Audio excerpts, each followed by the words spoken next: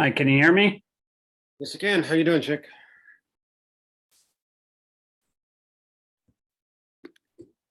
Everything all right?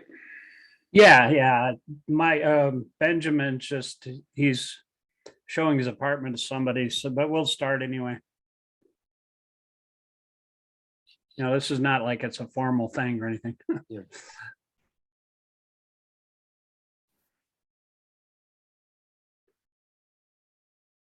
So that sucks when your power goes out, isn't it? Yeah. It went out at about 3 last night. And 3 o'clock in the morning? yeah.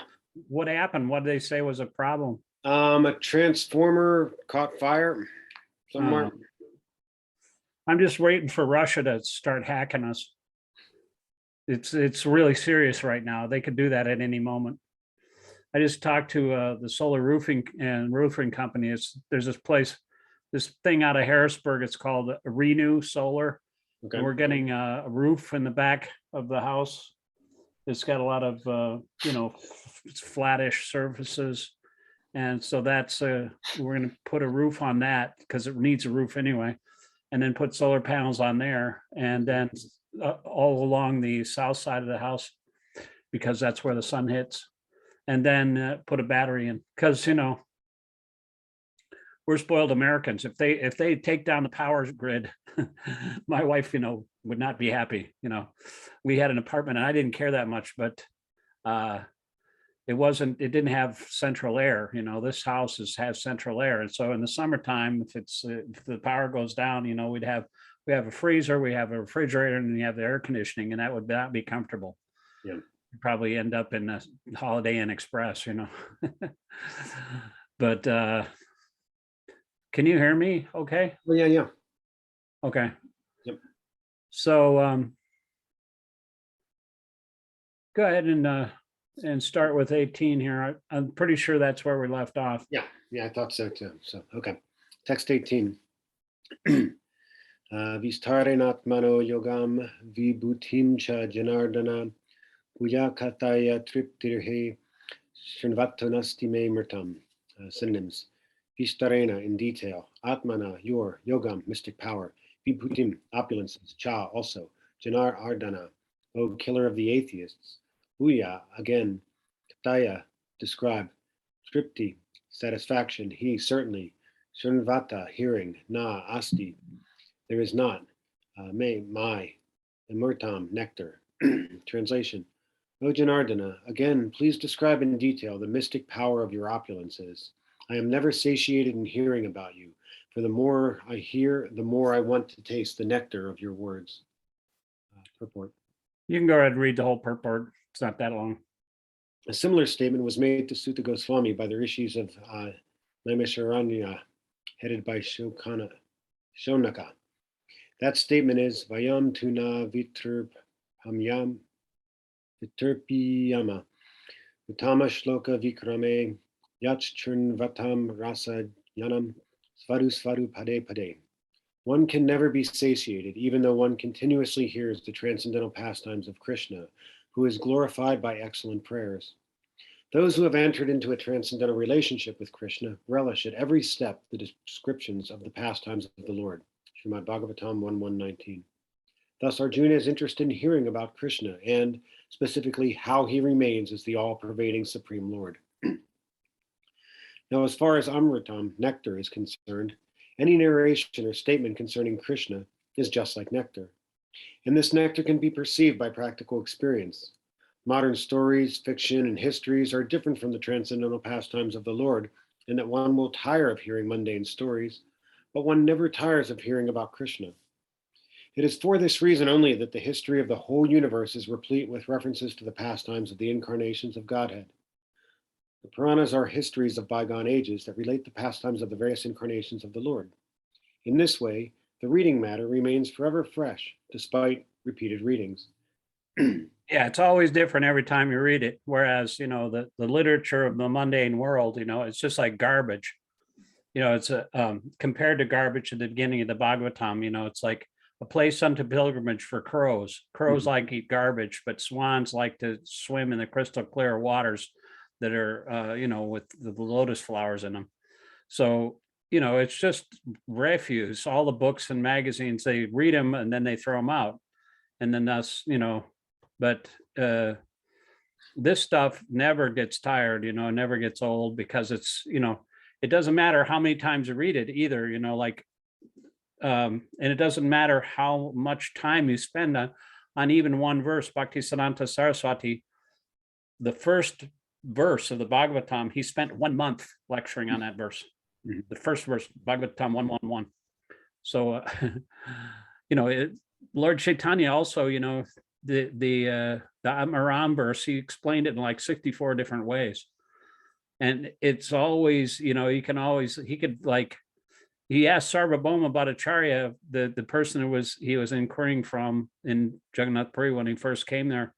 And he explained it as far as, he was a great scholar, and he looked at all the points and displayed it to the best of his ability. But then Lord Chaitanya, he explained it 64 different ways without touching any of the points that Sarvabhauma made. And so he said, okay, well, this person is not a human being. No human being could go past what I've already explained, So, that's the depth of this knowledge.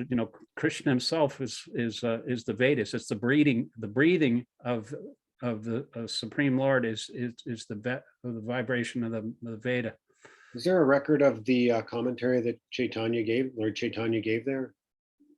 Oh yeah, it's in the Chaitanya Charitamrita, and I just read it in the Mahabhagavad too. So Chaitanya Bhagavat. I just read it. It's actually, if you want to hear it, it's really amazing. Sarvabhauma Bhattacharya was like a logician, and he was, he thought, the Lord Chaitanya kind of like put him into illusion just so that he could correct him. And I was in that place in Jagannath Puri where Sarvabhauma Bhattacharya instructed Lord Chaitanya in another building in the Jagannath Puri. And I saw the book. It was all wrapped up in cloth, was sitting on a table there. And then in that room, Lord Chaitanya showed Sarvabhauma Bhattacharya his 6-armed form. And that blew his mind, because he was thinking he was like an ordinary sannyasi, he shouldn't took a sannyas at such an early age. He was only like 24 years old when he took sannyas.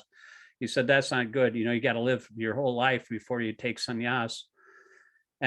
So, he showed him a 6-armed form. He said, you still think I'm too young for that?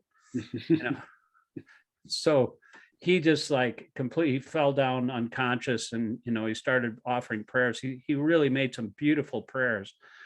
Some of his prayers, they're actually listed in that verse. It's in my timeline. If you want to actually look at it, there's a link to a PDF file for the Antikanda Sarvabhauma Bhattacharya. Here, I'll show it to you. See, here it is. You see that Sarvabhauma right there? See, he being bewildered by the Lord's illusory energy, considering Mahaprabhu an ordinary living entity and a sannyasi, Sarvabhauma gave the Lord various instructions. He was an older man, and he thought he wanted to protect Lord Chaitanya because he could see that he had like extraordinary ecstatic symptoms. As soon as he came into the Jagannath temple, he fell down on the floor. He fainted, and he was out for hours, in ecstatic love. So he knew that, but he wanted to protect him, and so he gave him these instructions. But Lord Chaitanya, actually turned around and instructed him. And here's the Antikanda here. If you look at the comment, this is, if you click on this one here, Nitai Valkuya and Chaitanya Bhagavat Antya, this will pull up the entire Antikanda. Here it is. I'm at the pastimes of Nityananda right now. But this whole thing is like more than 1,100 pages long. That's just the Antikanda. I think it's in 7 volumes because Bhaktisiddhanta gives comments and purports to many of these verses, and he can go on for a long time talking about different like aspects of, like when he was in Bhubaneswar. You ever heard of Bhubaneswar in India? No. Yeah, it's an amazing place. It's really old, and Lord Chaitanya went and visited there, and Bhakti-santa goes on and on and on for pages and pages talking about the history of that place. It's really an amazing place, and so many different things that he'll actually comment on. And Bhakti-siddhanta was an amazing acharya. No wonder Prabhupada was so powerful, because he just drew on his impetus and instructions, and he tried to execute his instructions, but he was so powerful and pure that Prabhupada was able to be empowered by him to spread this Krishna consciousness all over the world. And so that is amazing. Anyway, let me read text 19 here. I don't know if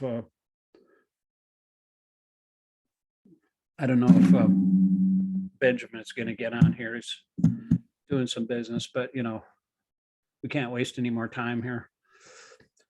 Text 19, Sri Bhagavan Vachahanta te kastashyami divyahi atma vibhutaya pradanyata kurushrestha nastyanto vistarasyame. Synonyms. Sri Bhagavan Vacha, the Supreme Personality of Godhead, said, Hanta, yes, te, unto you, katayishyami, I shall speak, divya, divine, he, certainly, atma vibhutaya, personal opulences, pradayata, which are principal, kurushrestha, O best of the kurus, na asti, there is not, anta, a limit, vistarasya, to the extent of my. Translation, the Supreme Personality of Godhead said, yes, I will tell you my splendorous manifestations, but only those which are prominent, Arjuna, for my opulence is limitless. Purport. It is not possible to comprehend the greatness of Krishna and his opulences. The senses of the individual soul are limited and do not permit him to understand the totality of Krishna's affairs. Actually, they had an analogy of that, in those Chaitanya Bhagavat that I just read. Vrindavan Das Thakur, who wrote that book, he said that it would take millions and millions of yugas for you to describe all of the transcendental aspects that would happen in one of Lord Chaitanya's days.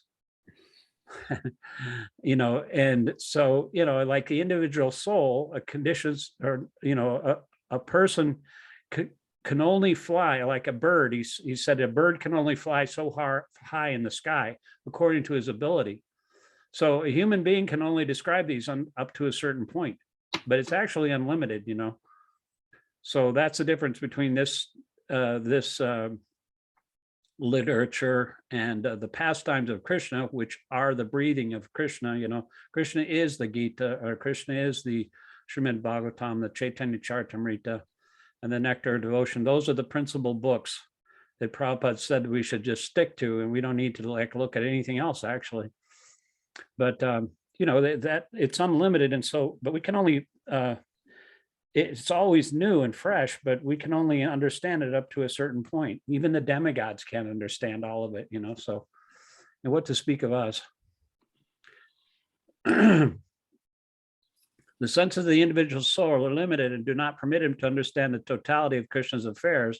Still, the devotees try to understand Krishna, but not on the principle that they will be able to understand Krishna fully at any specific time or any state of life. Rather, the very topics of Krishna are so relishable that they appear to the devotees as nectar. Thus, the devotees enjoy them. When discussing Krishna's opulences and his diverse energies, the pure devotees take transcendental pleasure. They do not, therefore, they want to hear and discuss them. Krishna knows that living entities do not understand the extent of his opulences. He therefore agrees to state only the principal manifestations of his different energy. So I think Lord Jesus Christ said that too to his followers. He said, "There's a lot I can tell you, but you can't handle it right now." They're kind of like a crude bunch compared to the Vedic, Arjuna and all these, very, very advanced materially and spiritually people. They were like, sheep herders and stuff. The word prapadyanta, principle, is very important because we can understand only a few of the principal details of the Supreme Lord, for his features are unlimited. It's not possible to understand them all. And vibhuti, as used in this verse, refers to the opulences by which he controls the whole manifestation. In the Amar Kosh dictionary, it is stated that vibhuti indicates an exceptional opulence. The impersonalists or pantheists cannot understand the exceptional opulences of the Supreme Lord, nor the manifestations of his divine energies. Both in the material world and the spiritual world, his energies are distributed in every variety of manifestation. Now, Krishna is describing what can be directly perceived by the common man. Thus, part of his variegated energy is described in this way. Text 20. Aham atma gudakesha sarva bhutashya stita aham adishcha madhyamcha bhutanam anta evacha. Synonyms. Aham, I, Atma, the soul. Gudakesha, O Arjuna, Sarva Bhuta, of all living entities. Ashaya stita, situated within the heart. Aham, I am. Adi, the origin. Cha, also. Madhyam, middle. Cha, also. Bhutanam, of all living entities. Anta, end. Eva, certainly. Cha, end. Translation. I am the Supersoul, O Arjuna, seated in the hearts of all living entities. I am the beginning, the middle, and the end of all beings. Purport. We'll take turns reading this because it's a little long. In this verse, Arjuna is addressed as Gudakesha, which means one who has conquered the darkness of sleep. For those who are sleeping in the darkness of ignorance, it is not possible to understand how the Supreme Personality of Godhead manifests himself in various ways in the material and spiritual worlds. Thus, this address by Krishna to Arjuna is significant. Because Arjuna is above such darkness, the personality of Godhead agrees to describe his various opulences. Here, Krishna first informs Arjuna that he is the soul of the entire cosmic manifestation by dint of his primary expansion. Before the material creation, the Supreme Lord, by his planetary expansion, accepts the Purusha incarnation, and from him everything begins. Therefore, he is Atma, the soul of the Mahatattva, the universal elements. The total material energy is not the cause of the creation. Actually, the Mahavishnu enters into the Mahatattva, the total material energy. He is the soul. When Mahavishnu enters into the manifested universes, he again manifests himself as the super soul in each and every living entity. We have experienced that the personal body of the living entity exists due to the presence of the spiritual spark. Without the existence of the spiritual spark, the body cannot develop. Similarly, the material manifestation cannot develop unless the Supreme Soul, Krishna, enters. As stated in the Subala Upanishad, Prakriti Sarva Bhutanar Yami Sarvasheshi Na Cha Narayana. The Supreme Personality of Godhead is existing as a super soul in all manifested universes. The three Purusha avatars are described in Srimad Bhagavatam. They are also described in the Narada Pancharatra, one of the Sattvanta Tantras. Vishnu's tu Trini Rupani Purushak Hayani Atho Vidu. The Supreme Personality of Godhead manifests three features as a Karnanadakshayi Vishnu, Garbhodakshayi Vishnu, and Shirodakshayi Vishnu. In this material manifestation, the Mahavishnu or Karnanadakshayi Vishnu is described in the Brahma Samhita 547. Ya Karana Narva Jale Bhajanti Sma Yoga Nidram. The Supreme Lord, Krishna, the cause of all causes, lies down in the cosmic ocean as Mahavishnu. Therefore, the Supreme Personality of Godhead is the beginning of this universe, the maintainer of the universal manifestations, and the end of all energy. Text 21. Adityam aham Vishnur Jyotisam Raviranus am sumam. Marichir Marutam asmi Naksatranam aham shashi. Synonyms. Adityanam, of the Adityas, aham, I am. Vishnu, the Supreme Lord. Jyotisam, of all luminaries, Ravi, the sun. Amsuman, radiant. Marichi Marutam, of the Maruts, Asmi, I am. Naksatranam, of the stars, aham, I am. Shashi, the moon. Translation. Of Adityas, I am Vishnu. Of lights, I am the radiant sun. Of the Maruts, I am Marichi. And among the stars, I am the moon. Go ahead and read the first paragraph. Purport. There are 12 Adityas, of which Krishna is the principal. Among all the luminaries shining in the sky, the sun is the chief, and in the Brahma Samhita, the sun is accepted as the glowing eye of the Supreme Lord. There are 50 varieties of wind blowing in space, and of these winds, the controlling deity, Marichi, represents Krishna. Among the stars, the moon is the most prominent at night, and thus the moon represents Krishna. It appears from this verse that the moon is one of the stars. Therefore, the stars that twinkle in the sky also reflect the light of the sun. The theory that there are many suns within the universe is not accepted by Vedic literature. The sun is one, and by the reflection of the sun, the moon illuminates, and also do the stars. Since Bhagavad-gītā indicates herein that the moon is one of the stars, the twinkling stars are not suns, but are similar to the moon. Text 22. Vedanam sama vedosmi, devanam asmi vasava, indriyanam manaschasmi, bhutanam asmi chetana. Synonyms. Vedanam, of all the Vedas. Samaveda, the Samaveda. Asmi, I am. Devanam, of all the demigods. Asmi, I am. Vasava, the heavenly king. Indriyanam, of all the senses. Mana, the mind. Cha, also. Asmi, I am. Bhutanam, of all living entities. Asmi, I am. Chaitana, the living force. Translation. Of the Vedas, I am the Samaveda. Of the demigods, I am Indra, the king of heaven. Of the senses, I am the mind. And in living beings, I am the living force, consciousness. Purport. The difference between matter and spirit is that matter has no consciousness like the living entity. Therefore, this consciousness is supreme and eternal. Consciousness cannot be produced by a combination of matter. Text 23. Rudam Shankaras Chasmi Vitesho Raksha Raksanam Vasanam Pravakas Chasmi Meru Sikarina Maham. Synonyms. Rudranam, of all the Rudras, Shankara, Lord Shiva. Cha, also Asmi, I am. Vitisha, the Lord of the treasury of demigods. Yaksha Rakshanam, of the Yakshas and Rakshashas. Vasanam, of the Vasus. Pavaka, fire. Cha, also Asmi, I am. Meru, Sikarinam, of all mountains, Aham, I am. Translation. Of all the Rudras, I am Lord Shiva. Of the Yakshas and Rakshasas, I am the Lord of wealth, Kuvera. Of the Vasus, I am fire, Agni. And of the mountains, I am Meru. Purport. There are 11 Rudras, of whom Shankara, Lord Shiva, is predominant. He is the incarnation of the Supreme Lord in charge of the mode of ignorance in the universe. The leader of the Yakshas and Rakshasas is Kubera, the master treasurer of the demigods, and he is a representation of the Supreme Lord. Meru is a mountain famed for its rich natural resources.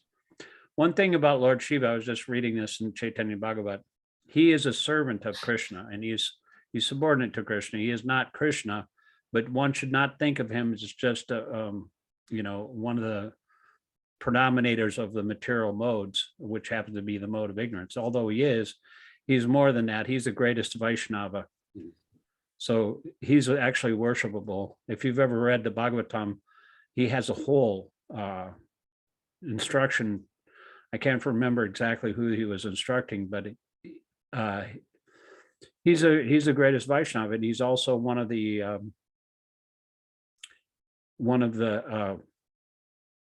12 principal Mahatmas that understand the Vedas. I'm not sure exactly what the name of that is. There's Brahma, Vishnu, Brahma, Shiva, Brahma, Narada, Shiva, Prahlad, Bhishma, all these different personalities that understand the Vedas.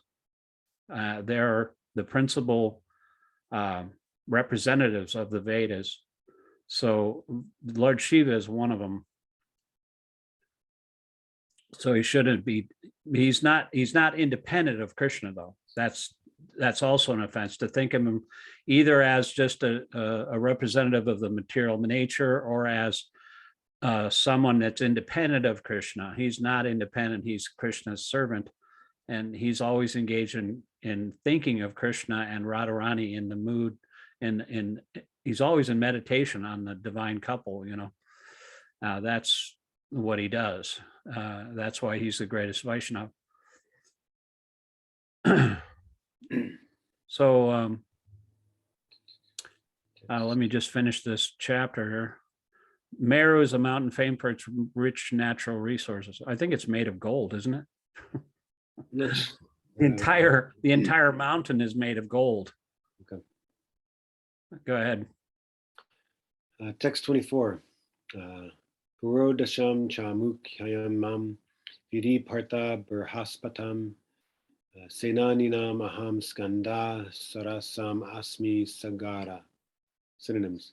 Purudasham, of all priests, cha also, Mukhyam, the chief, Mam, me, Vidhi, understand, Partha, O son of Bertha, Brihaspati, Senaninam, of all commanders, Aham, I am, Skanda, Kartikeya, Sarasam, of all reservoirs of water, Asmi, I am, Sagara, the ocean. Translation. Of priests, O Arjuna, know me to be the chief, Brihaspati. Of generals, I am Kartikeya, and of bodies of water, I am the ocean. Purport. Indra is the chief demigod of the heavenly planets and is known as the king of the heavens. The planet on which he reigns is called Indraloka. Brihaspati is Indra's priest, and since Indra is the chief of all kings, Brihaspati is the chief of all priests. And as Indra is the chief of all kings, similarly, Skanda, or Kartikeya, the son of Parvati and Lord Shiva, is the chief of all military commanders. And of all bodies of water, the ocean is the greatest. These representations of Krishna only give hints of his greatness. Text 25. Maharshi nam brighur baham giram asmi ekanaksharam yagnayam japod yajnosmi sarvataranam Himalaya. Synonyms. Maharishinam, among the great sages, Brigu, aham, I am, Giram, of vibrations, Asmi, Ekam, Aksharam, Pranav, Yajanam, of sacrifices, Japa Yagna, chanting, Asmi, I am, Stavaranam, of immovable things, Himalaya, the Himalayan mountains. Translation. Of great sages, I am Brigu, of vibrations, I am the transcendental Om. Of sacrifices, I am the chanting of the holy names, Japa, and of unmovable things, I am the Himalayas. Report. Brahma, the first living creature within the universe, created several sons for the propagation of various kinds of species. Among these sons, Brigu is the most powerful sage. I think all these personalities were created out of Brahma's mind. Okay. Of all the transcendental vibrations, Omkar represents Krishna. Of all sacrifices, the chanting of Hare Krishna, Krishna Krishna, Hare Hare, Hare Rama, Rama Rama, Hare Hare, is the purest representation of Krishna. Sometimes animal sacrifices are recommended, but in the sacrifice of Hare Krishna, there is no question of violence. It is the simplest and the purest. Whatever is sublime in the world is a representation of Krishna. Therefore, the Himalayas, the greatest mountains in the world, also represent him. The mountain named Meru was mentioned in the previous verse, but Meru is sometimes movable, whereas the Himalayas are never movable. Thus, the Himalayas are greater than Meru. Yeah, they use that Meru as a pivot for the tortoise, Kurma, to churn the ocean of milk. You're familiar with that pastime? Yeah. There's a restaurant down here in Green Tree called the Ankar Walk or something like that. But that's a Vishnu temple, which is like completely overrun now, but it's got a lot of like unbelievable bas reliefs of this huge scenes of the demigods on one side, the demons on the other. They're pulling this rope, Vashuki, it's a snake, and they're churning the milk ocean by this big snake. And Meru is the pivot, and Kurma is, the mountain fell down. First, the demigods and demons tried to carry it, and they all got smashed because it was too heavy. And then, so Krishna lifted it up and cured, brought them all back to life. And then he, in the form of Kurma, he had an itch on his back, so he wanted to scratch his back. So he used that mountain as a back scratcher. So he accomplished many things at one point in one fell swoop. It's just his pastime, he wanted to do these things. And so that's how he enjoys himself. The demigods, the reason, the story behind it? the demigods actually got cursed by their spiritual master. They offended their spiritual master, so the demons became really powerful. And so Vishnu created this plan that, okay, well, we're going to have a competition. Just in order to stave off the war, they had negotiated that we'll just make some nectar by churning the ocean. And then, you can all share in the nectar, but there has to be a truce first, so they were pretty excited about that, and so they churned the ocean, and then there was a lot of things produced from it. One of them was deadly poison called hala hala, which Lord Shiva took in his throat. Right. And there was all kind of other things like Dattatreya, the incarnation of medicine. He was created. Lakshmi, the goddess of fortune, was created from the milk ocean, and all kinds of other things, and nectar.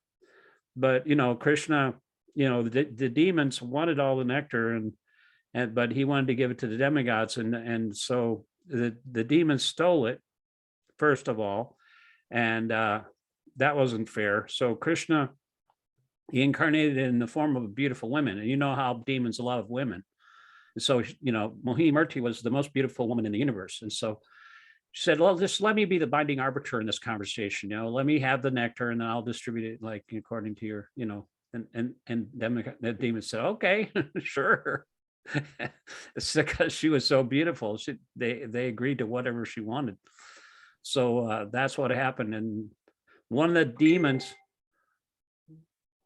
demons actually got in line with the demigods, and he tried to drink a little bit of the nectar, and Mohini Murti cut his head off with a Sudarshan chakra, but some of the nectar touched his head, but not the rest of his body. So his head became immortal, and that became the planet Rahu. So, it's an amazing story. Where are we here? This is the one. Yeah, this is where we're at. I can't see the number, but yeah, 26. Okay. Is it your turn? Yes. Yeah, go ahead. Ashvata sarva virkshanam devarshinam cha narada gandharvanam chitra ratha siddhanam kapila muni. Synonyms: Ashvata, the banyan tree; sarva virkshanam, of all trees; deva urshinam, of all the sages amongst the demigods; cha, and narada, gandharvanam, of the citizens of the Gandharva planet; Chitraratha, Siddhanam, of all those who are perfected; Kapila Muni. Translation: of all the trees I am the banyan tree, and of the sages among the demigods I am Narada. Of the Gandharvas I am Chitraratha, and among perfected beings I am the sage Kapila. Purport. The banyan tree, Asvata, is one of the highest and most beautiful trees, and people in India often worship it as one of their daily morning rituals. Amongst the demigods, they also worship Narada, who is considered the greatest devotee in the universe. Thus, he is the representation of Krishna as a devotee. The Gandharva planet is filled with entities who sing beautifully, and among them, the best singer is Chitraratha. Amongst the perfect living entities, Kapila, the son of Devahuti, is the representative of Krishna. He is considered an incarnation of Krishna, and his philosophy is mentioned in the Srimad Bhagavatam. Later on, another Kapila became famous, but his philosophy was atheistic. Thus, there is a gulf of difference between them. Yeah, I guess we could do one more, since they're going to talk about the churning of the ocean of nectar in the next one, because we started a little bit late. Mm-hmm. Text 27, Uchai Shravasam Ashvanam Vidimam Amritobhavam Aryavatam Gajendranam Narayanam Chanaradipam. Synonyms: Uchai Shrava, Ashvanam, among horses; Vidi, no, mam, me; Amrita, abhavam, produced from the churning of the neck of the ocean; Avar Aravata, Gaja Indranam, the lordly elephants; Naranam, among human beings; Shah, and Nara Adipam, the king. Translation: of horses, know to be me to be Uchai Shrava. produced from the churning of the ocean of nectar. Of lordly elephants, I am Airavata, and among men, I am the monarch. Airavata is Indra's elephant. Okay. He went to inundate the entire town of Vrindavan riding on his elephant. There's a song that goes, "Go and you will follow me riding on my elephant." He invoked the clouds of destruction, that at the end of creation, when the whole earth floods, he wanted to inundate the whole ocean because he was jealous of the inhabitants of Vrindavan worshiping the little baby Krishna instead of him. He's kind of a jealous demigod, he always gets really paranoid of his position. And he always, like he also stole a whole bunch of horses from a horse sacrifice. And, he's always kind of paranoid about his holding on to his heavenly kingdom position, The devotees and their devotee demigods and the demons, asuras, once took part in churning of the sea. From this churning, nectar and poison were produced, and Lord Shiva drank the poison. From the nectar were produced many entities, in which there was a horse named Śikṣāṣtaka. Another animal produced from the nectar was an elephant named Airavata. Because these two animals were produced from nectar, they have special significance, and they are representatives of Krishna.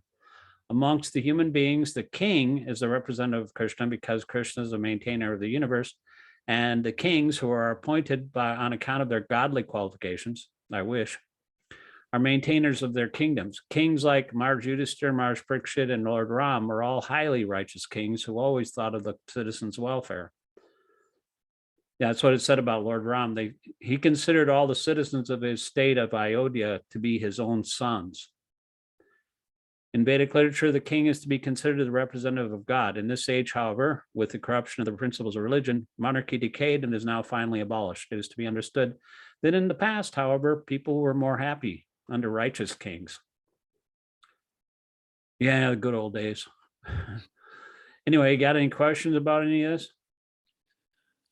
I'm not sure. So, with the living things being produced from the nectar here, Ocean? that seems to, maybe run counter to the idea that life only comes from life. Well, these are transcendental beings, they're produced. Well, life comes, they're not produced out of matter. This is a process. Actually, one time the sages, there was a bad king named Vena, and he was really bad, and the Brahmanas got pissed and they killed him. They chanted a mantra which killed the king, and then because the state had to be regulated, there had to be executive head, and so the sages decided to churn his body. Now I have no idea what churning is, but from that churning of his body, Maharaj Priyavrata was manifested. He's the supreme personality of Godhead. So it's not really a material, because the Brahmanas were involved in that, and the demigods and demons, and of course with the churning of the ocean, Krishna himself was involved in that. And Dattatreya, who is the incarnation of medicine, he's the supreme personality of Godhead, and Lakshmi is Krishna's eternal consort. So these are not material things. Lakshmi is not material. Dattatreya is not material. And other things are maybe material, like the emeralds and whatever, the jewels and the nectar might be material, but whatever, these things are produced by the supreme power, by Krishna himself. Everything is coming from Krishna, so matter is also coming from Krishna. But it's not that life comes from matter. It's just life comes from life. And so all these things that were produced from the churning of the ocean was not produced by matter. It was produced by Krishna from the involvement between the demigods and demons. these things were produced. And don't ask me to explain it because that's above my pay grade. You know, I have no idea what churning means. But I know that transcendental entities, eternal entities, like Lakshmi is a goddess of fortune, and she is eternal personality. So that it says that like the moon comes from the ocean, but in Lakshmi also is like coming from the ocean of milk. So, but these things are always existing. You know, Krishna, Lakshmi is the eternal consort of Narayan. So it's not a material process at all. And so, you know, whatever is produced, but however it's done, it's not a material process. Things might have been materially produced, like poison, that's material thing, but that came from the process. You know, it's just a side product, I guess. But you know, it's a transcendental process because Krishna is involved. Krishna is involved in everything, just like a lemon tree, right? You know, the lemon produces a chemical, which is citric acid. But that's coming from life. It doesn't come from matter, you know. But you know, the scientists, they claim that everything comes from matter, but they can't even produce one little drop of milk from their laboratories.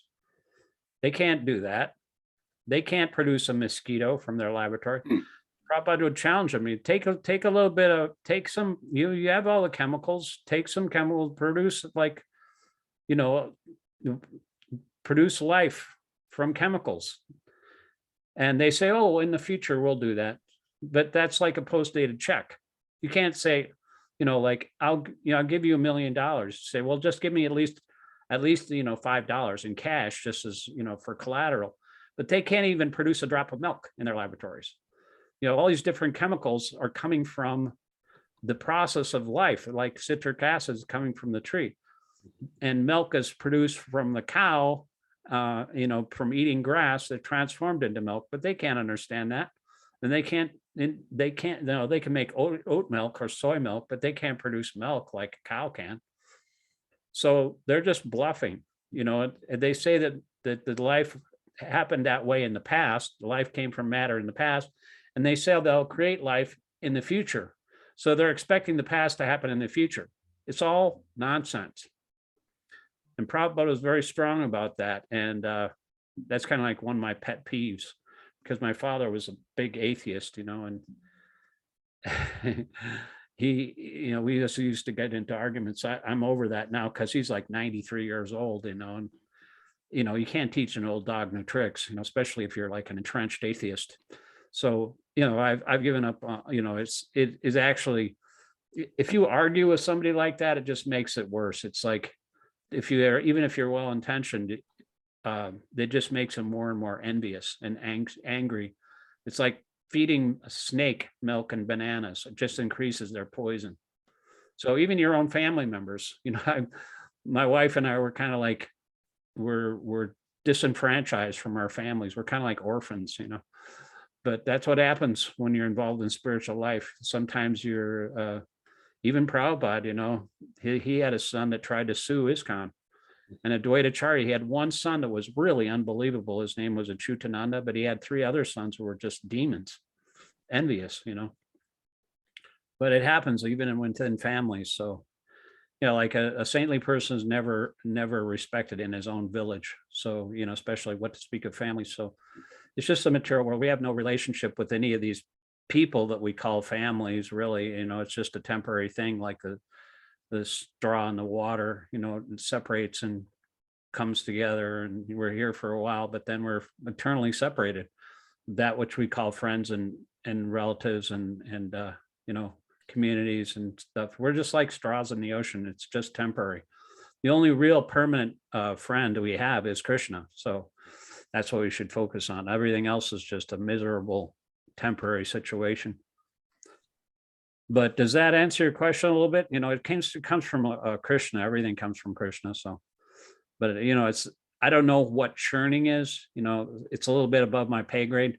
You know, that's like asking me, like, how did they make the Brahmastra weapon? I don't know. It's an atomic explosion. They create it by mantra, but I don't know. I have no idea how they do that. If I knew, then I'd probably be, I'd probably be more famous than what's his name? The guy that discovered Oppenheimer, discovered the atomic weapon. This is like you can do it with a mantra, and you can like, aim it at somebody like a little baby in the womb, like Mars Prikshit in the womb, and Krishna had to protect him, but he didn't know how to like counteract it. So Krishna had to protect the child in the womb. But that's I wish they would make a movie of that, someday. Hopefully, I wish, like George Lucas or something. He already made Star Wars. That's based on the Ramayana. So maybe he'll make a battle like the ones, the major battles that always happened back in the Vedic times, because that makes Star Wars look like romper room.